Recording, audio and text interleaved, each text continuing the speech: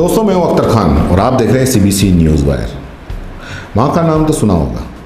जी हाँ, सिर्फ एक माँ की ही बात कर रहा हूँ। वो माँ जो अपने बच्चों के लिए जाने क्या कर जाती है। आज आपको एक ऐसी ही माँ की बात बता रहा हूँ जो अपने बेटे के लिए बिना कोई परवाह किए 1400 किलोमीटर बिना रुके 2 व्हीलर स्कूटी पर सफ़र कर गई और अपने बेटे को घर लेकर आ गई। बेटा लॉकडाउन में उसके घर से 1400 किलोमीटर दूर किसी और शहर में फंसा हुआ था। चलिए बात आपको मैं शुरू से बताता हूँ। ये तो आपको पता होगा कि अभी हाल में क्या चल रहा है। पता क्या होगा, बल्कि सभी भोग रहे हैं। पिछले करीब 16 दिन से लॉकडाउन चल रहा है कोरोना के कहर की वजह से। पूरे देश में कोरोना का कहर है, कोई कहीं नहीं निकल सकता। जो जहां है उसको वहीं रहना है। लेकिन एक माँ को ये बात कैसे समझाए, और वो भी तब जब उसका बेटा उससे 1400 किलोमीटर दूर किसी अनजान जगह पे हो। माँ का बेटा उससे 1400 किलोमीटर दूर किसी और शहर में फंस गया और माँ को ये बात बर्दाश्त नहीं हुई।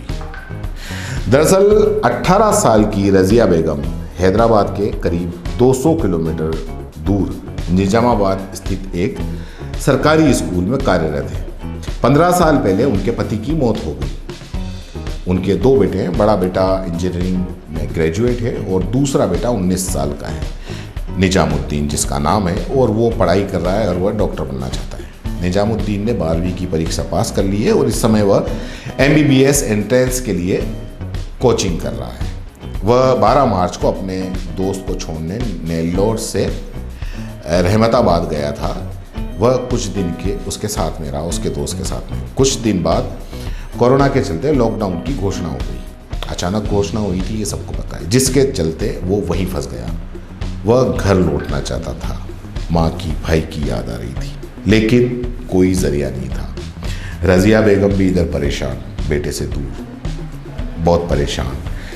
रजिया बेगम ने तय किया कि वो अपने बेटे को घर लेकर आएगी और उन्हें तय किया कि वो ही जाएगी। अपने बड़े बेटे को पुलिस के डर की वजह से नहीं भेजा, क्योंकि देख ही सकते हैं कि जगह जगह पुलिस का रोक था। रजिया बेगम ने कार से जाने के बजाय उन्होंने खुद स्कूटी चलाकर जाना तय किया। रजिया सोमवार सुबह स्थानीय पुलिस की परमिशन लेकर स्कूटी से अकेले आंध्र प्रदेश से नेल्लोर के लिए निकल गई। 6 अप्रैल की सुबह वह घर से निकली थी। लगातार स्कूटी चलाते हुए वह अगले दिन दोपहर नेल्लोर पहुंच गई। बेटे को साथ में लेकर वह वहां से निकली और बुधवार शाम को वह अपने घर पहुंच गई। रजिया बताती है कि वह रोटियां घर से लेकर गई थी। रास्ते में वह पेट्रोल पंप पे पेट्रोल भराती और अपनी मंजिल की ओर बढ़ती रहती। उन्होंने ये भी बताया कि एक महिला के लिए छोटे से 2 व्हीलर पर यह सफ़र आसान नहीं था, लेकिन बेटे को वापस लाने की जो इच्छा शक्ति थी उसके आगे सारा डर गायब था। इच्छा शक्ति कह लो, माँ की ममता कह लो, उसके आगे सारा डर गायब था। उन्होंने कहा कि उन्होंने रोटियां पैक की और निकल पड़ी। रात में कोई ट्रैफिक नहीं, सड़क पर सुनसान, सड़क पर कोई लोग नहीं। ये उनको डराता जरूर था, लेकिन इसके बावजूद वो अपने रुख पर कायम थी। बात जब वो वापस लेकर आ गई बेटे को, बात मीडिया तक पहुंची और अब रजिया बेगम की तारीफ हर कोई कर रहा है।